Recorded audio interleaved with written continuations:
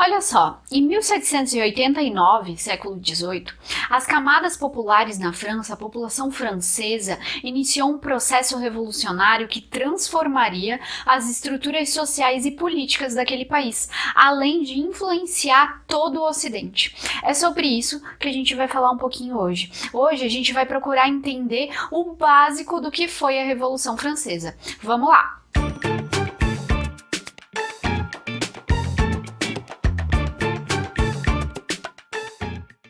Antes de tudo, a gente precisa entender o contexto, que momento que a França estava vivendo pré-revolução. A gente pode começar dizendo que ela era uma monarquia absolutista. Naquela época, no final do século XVIII, o rei Luís XVI detinha todo o poder do Estado nas suas mãos. Eles ainda se baseavam naquela teoria de direito divino dos reis. E a sociedade ainda tinha bases feudais, ela era estamental e dividida em 3 ordens, o primeiro, o segundo e o terceiro estado. O primeiro estado era composto pelo clero, o segundo estado pelos nobres e o terceiro estado era composto pelos burgueses, pelos camponeses, pelos trabalhadores e tudo mais. Gente, o terceiro estado correspondia a mais de 95% da população. E além de pagar muitos e muitos impostos, eles não tinham nenhum privilégio, enquanto os nobres e o clero tinham prestígio, tinham terras, tinham poder, tinham riqueza. Então aqui a gente já percebe que a França vivia em desigualdade social. A maioria da população francesa trabalhava no campo, então outra coisa que a gente já percebe é que a França era um país rural.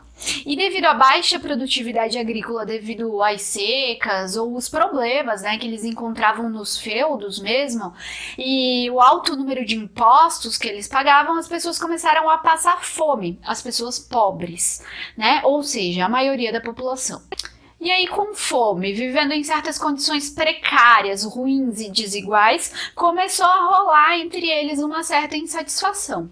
E aí, pessoal, os burgueses também estavam insatisfeitos com a monarquia absolutista. Por quê? Eles estavam cobrando cada vez mais impostos e isso aumentava o preço das mercadorias e pelo mesmo motivo as pessoas estavam cada vez mais comprando menos, enquanto o clero e os nobres viviam lá com tudo do bom e do melhor.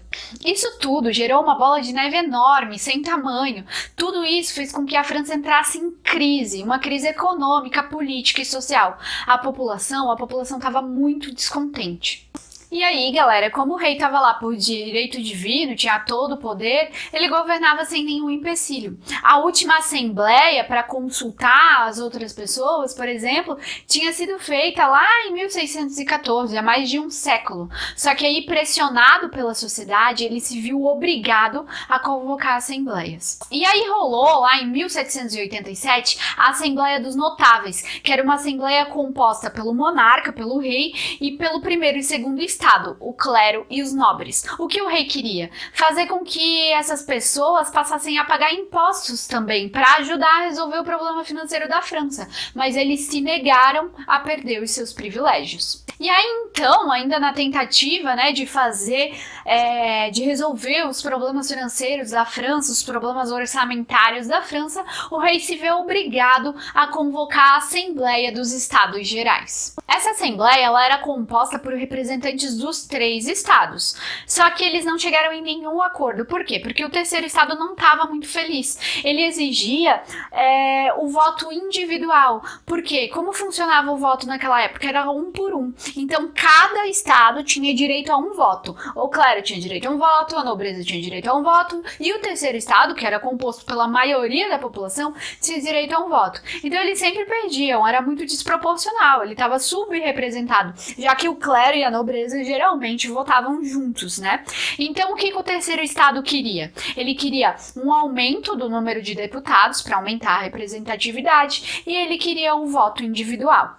E aí, qual foi a reação do rei perante a tudo isso? Ele tentou dissolver a Assembleia, impedindo a entrada dos deputados na sala de sessão. Aí, galera, o terceiro estado se revolta, se reúne e se declara em Assembleia Nacional Constituinte. A ideia era dar à França uma constituição. E aí, pessoal, paralelo a isso, a gente tinha a população assistindo, né, a fome, a violência e a repressão crescerem. Então eles começaram a se organizar e lutaram nas ruas por conquistas sociais e políticas para dar um novo rumo para a França. E aí, então, no dia 14 de julho de 1789, uma multidão invadiu e tomou a Bastilha, que era uma fortaleza, uma prisão onde ficavam os inimigos do rei, ou seja, os presos políticos. Gente, a tomada da Bastilha, a queda da Bastilha foi o estopim da Revolução. A força popular deu início à Revolução Francesa não só em Paris, mas em toda a França. No campo, os camponeses incendiaram castelos, queimaram os livros com os registros dos impostos que eles pagavam e assassinaram nobres. Então, a primeira etapa da Revolução Francesa fica conhecida como a fase da Assembleia Nacional. A Constituinte ganha forma e a Assembleia dos Estados Gerais aboliu os privilégios feudais. Agora, todo mundo que quisesse, né, poderia ocupar cargos públicos e todo mundo deveria pagar impostos. Todo mundo é igual perante a lei. Por isso, foi aprovada a Declaração de Direitos do Homem e do Cidadão, que garantia o direito à segurança, à propriedade e à resistência a qualquer tipo de repressão. Em 1791, entra em vigor a Constituição da França e se estabelece então uma monarquia constitucional. Entra em vigor também a Constituição Civil do Clero, que transforma eles em funcionários públicos e eles tiveram que jurar fidelidade à nação. E ainda os bens do clero e da igreja foram confiscados. Ainda em 1791, a Assembleia Legislativa substitui a Constituinte, já que a Constituição foi aprovada. Gente, e os deputados ali nas assembleias, eles estavam divididos, né, separados em alguns grupos. Os girondinos e os jacobinos eram dois desses grupos. E uma coisa importante que vocês têm que saber, quem eram os sans-culottes? Eu vou colocar aqui do lado uma definiçãozinha dos sans-culottes para vocês ficarem ligados, beleza? Em 1792, a França entrou em guerra com a Áustria e com a Prússia. Eles eram países contra-revolucionários e a favor do antigo regime, por isso que o rei Luís XVI era a favor desse conflito. Mas aí os revolucionários detiveram esses invasores, os contra-revolucionários, e a família do rei foi presa, acusada de traição, o rei foi julgado traidor e decapitado na guilhotina, outro símbolo da Revolução Francesa. A Assembleia Legislativa é substituída então pela Convenção Nacional, ou só Convenção, e é proclamada a República em 22 de setembro de 1792. E aí, depois da morte do rei, os jacobinos assumem o poder e o período que eles ficaram no governo ficou conhecido como o Grande Terror. Eles defendiam ali medidas drásticas para conter o avanço de tropas estrangeiras e também para atender os anseios, os desejos da população. Então eles fizeram algumas coisas. Eles expulsaram os girondinos da convenção, prenderam alguns dos seus líderes e suspenderam as liberdades civis. Eles também instauraram um comitê de salvação pública e um tribunal revolucionário, e eles guilhotinaram milhares e milhares de pessoas, inclusive revolucionários, por discordarem do governo. Um dos seus líderes, vocês já devem ter ouvido falar, foi Robespierre. E os jacobinos também fizeram coisas para além da repressão e da violência que merecem ser lembradas, como, por exemplo, o tabelamento do preço de alimentos, que permitia que a população mais carente comprasse pão, por exemplo, para se alimentar num preço mais barato, a reforma agrária, que beneficiou muitos camponeses, e eles também confiscaram riquezas, joias de nobres e distribuíram para as populações mais pobres. Eles também abriram manufaturas e criaram escolas laicas. Além de outras coisas, né, pessoal, que talvez explique porque eles conseguiram a simpatia da população e conseguiram reunir mais de 1 milhão de pessoas para proteger a França de tropas estrangeiras. Porém, com excesso de repressão e terror, a República Jacobina enfraquece e os girondinos, a grande burguesia, tomam o poder. O Robespierre e os seus aliados são presos e guilhotinados. Em 1795 foi elaborada uma nova Constituição, o voto censitário foi estabelecido e o poder executivo ali ficou na mão de 5 deputados, 5 diretores. Esse período ficou conhecido como Diretório. Pessoal, todas essas mudanças e essas transformações foram muito importantes e significativas para a França e para todo mundo. Mas a situação econômica da França ainda era preocupante. Então, algumas revoltas e rebeliões ali dos camponeses continuavam acontecendo por lá. A burguesia, por exemplo, estava com medo do que poderia acontecer com as suas propriedades e as suas riquezas. Foi quando os membros do diretório convidaram um jovem general para fazer parte do governo. Esse jovem, chamado Napoleão Bonaparte, no dia 9 de novembro de 1799, 18 de Brumário, segundo o calendário revolucionário, deu um golpe de Estado e deu fim ao processo revolucionário.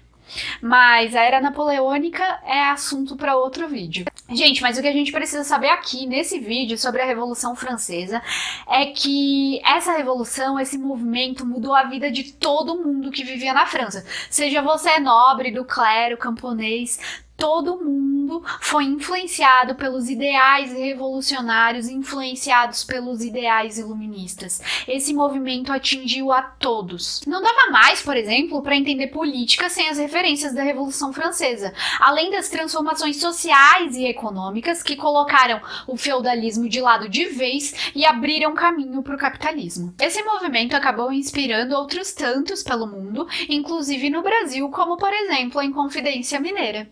Gente, então é isso. Eu fiz esse vídeo para ajudar os meus alunos a entenderem e estudarem um pouquinho mais sobre a Revolução Francesa, mas eu espero que dê um help aí para todo mundo que está assistindo. É o básico, dá para aprofundar bastante ainda.